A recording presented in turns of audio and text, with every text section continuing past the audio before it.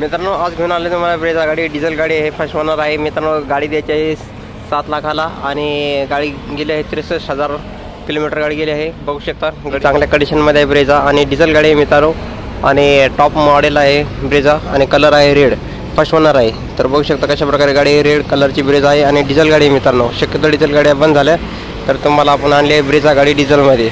तर 7 लाखाला गाडी द्यायची आहे मित्रांनो, डिझेल गाडी। बघू शकता कशा प्रकारे टायर कंडिशन पण एकदम चांगल्या कंडिशनमध्ये टायर आणि मॅकव्हील पण बघू शकता कशा प्रकारे चांगला आहे। जर कोणाला गाडी डिझेल लागत असेल तर बघू शकता 7 लाखांमध्ये गाडी द्यायची आहे।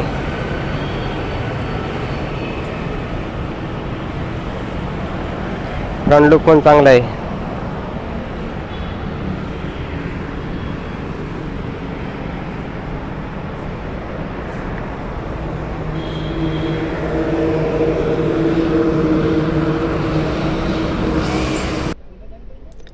आतमध्ये पण चांगल्या प्रकारे कंडिशन आहे मित्रांनो। डिझेल गाडी ही आणि शक्यतो 7 लाखामध्ये गाडी कुठे भेटत नाही, तुम्हाला 7 लाखामध्ये डिझेल गाडी भेटते।